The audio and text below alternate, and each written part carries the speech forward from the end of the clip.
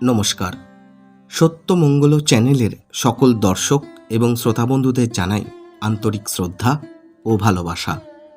আজ আমরা এই ভিডিওর মাধ্যমে ধ্যান প্রসঙ্গে আলোচনা করব স্বামী ব্রহ্মানন্দজি মহারাজের কথা থেকে। স্বামী ব্রহ্মানন্দ অর্থাৎ রাখাল মহারাজ ধ্যান প্রসঙ্গে বলছেন, প্রথম প্রথম ধ্যান তো মনের সঙ্গে যুদ্ধ। দোলায়মান মনকে ক্রমাগত টেনে এনে ইষ্ট পাদপদ্মে লাগাতে হয়। এতে কিছুক্ষণ পরে একটু মাথা গরম হয়। এজন্য প্রথম প্রথম বেশি ধ্যান ধারণা করে ব্রেন মস্তিষ্ককে খুব এক্সার্ট করতে নেই, বেশি খাটাতে নেই, আস্তে আস্তে বাড়াতে হয়। কিছুদিন এইরূপ অভ্যাসের ফলে যখন ঠিক ঠিক ধ্যান হবে, তখন এক আসনে বসে 2-4 ঘন্টা ধ্যান ধারণা করলেও কোনো কষ্ট হবে না। বরং সুষুপ্তির পর শরীর ও মন যেরূপ রিফ্রেশড স্বচ্ছন্দ হয় সেরূপ বোধ হবে, আর ভিতরে খুব আনন্দ অনুভব হতে থাকবে। ধ্যান করা কি সহজ কথা? একটু বেশি খেলে তো সেদিন আর মন বসল না। এই রূপে কাম, ক্রোধ, লোভ, মোহ প্রভৃতি রিপুগুলি চেপে চুপে রাখতে পারলে তবে ধ্যান করা সম্ভব হয়। ওদের যে কোনো একটি জোর করলেই ধ্যান হবে না। ধ্যান না করলে মন স্থির হয় না, আবার মন স্থির না হলে ধ্যান হয় না। মন স্থির হলে ধ্যান করব এইরূপ ভাবলে আর কখনো ধ্যান করা হবে না। 2 একসঙ্গে করতে হবে। মনের বাসনাদি সব কিছুই নয়। ধ্যানের সময় ভাববে সব অসৎ। এইরূপ ভাবতে ভাবতে ক্রমে মনেতে সৎ ভাবের ইমপ্রেশন, সংস্কার হবে।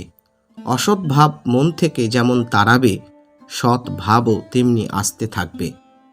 ধ্যান করতে করতে অনেক সময় জ্যোতি দর্শন হয়, আবার কখনো কখনো প্রণব ধ্বনি বা ঘণ্টা ধ্বনি অথবা অন্য কিছু দূরের শব্দ শুনতে পাওয়া যায়।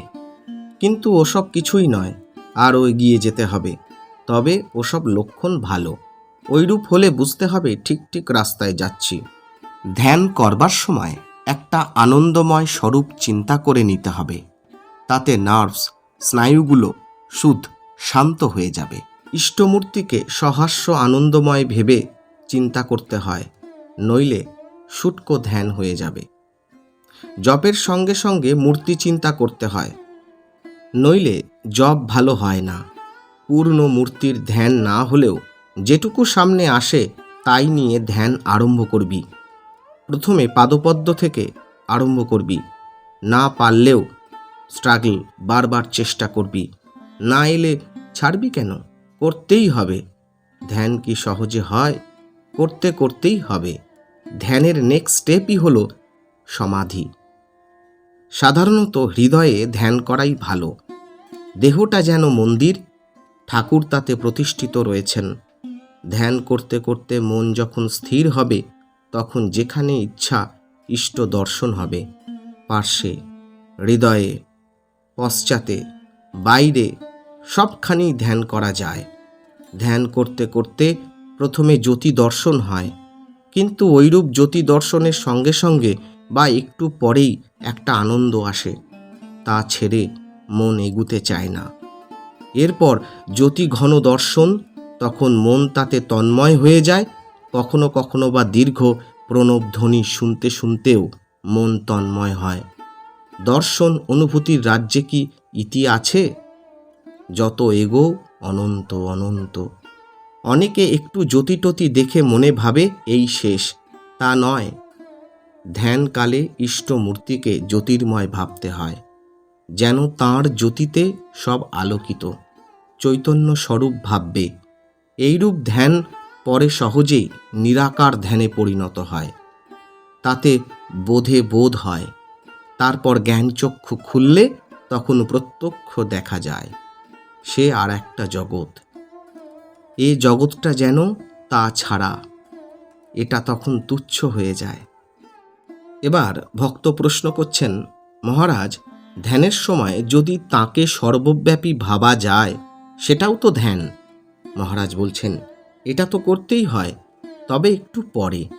তখন সেই ইষ্টকে সকলের মধ্যে জলে স্থলে পাতায় পাতায় আকাশে নক্ষত্রে পাহাড়ে পর্বতে সর্বত্র অনুভব হয়। তাহলে ধ্যান কি মহারাজ? মূর্তি চিন্তা তো। মহারাজ বলছেন মূর্তি চিন্তা আবার নির্গুণ চিন্তা দুই। আবার ভক্ত প্রশ্ন করছেন, আচ্ছা মহারাজ, কে মূর্তি চিন্তার কে নির্গুণ চিন্তার অধিকারী? গুরুই তো সেসব ঠিক করে দেন। মহারাজ বলছেন হ্যাঁ, তবে মনই গুরু। মনে কখনো মূর্তি চিন্তা করতে ভালো লাগে, কখনো বা নির্গুণ চিন্তা ভালো লাগে। বাইরের গুরু তো সবসময় মেলে না। সাধন ভজনে লেগে থাকলে মনই সব বুঝতে পারে, মনই সব দেখিয়ে দেবে। কি অপূর্ব কথা বলেছেন, কি অসাধারণ ব্যাখ্যা করেছেন ধ্যান প্রসঙ্গে স্বামী ব্রহ্মানন্দজি মহারাজ। আজকের আলোচনা এইটুকুই। আশা করছি আজকের এই আলোচনা আপনাদের খুব ভালো লেগেছে। আর সত্যিই যদি ভালো লেগে থাকে তাহলে প্রতিদিনের মতো ভিডিওটিতে একটি লাইক, শেয়ার, কমেন্ট ও চ্যানেলে যারা নতুন এসেছেন তারা চ্যানেলটিকে সাবস্ক্রাইব করে সত্যমঙ্গল চ্যানেলের পাশে থাকবেন। ধন্যবাদ।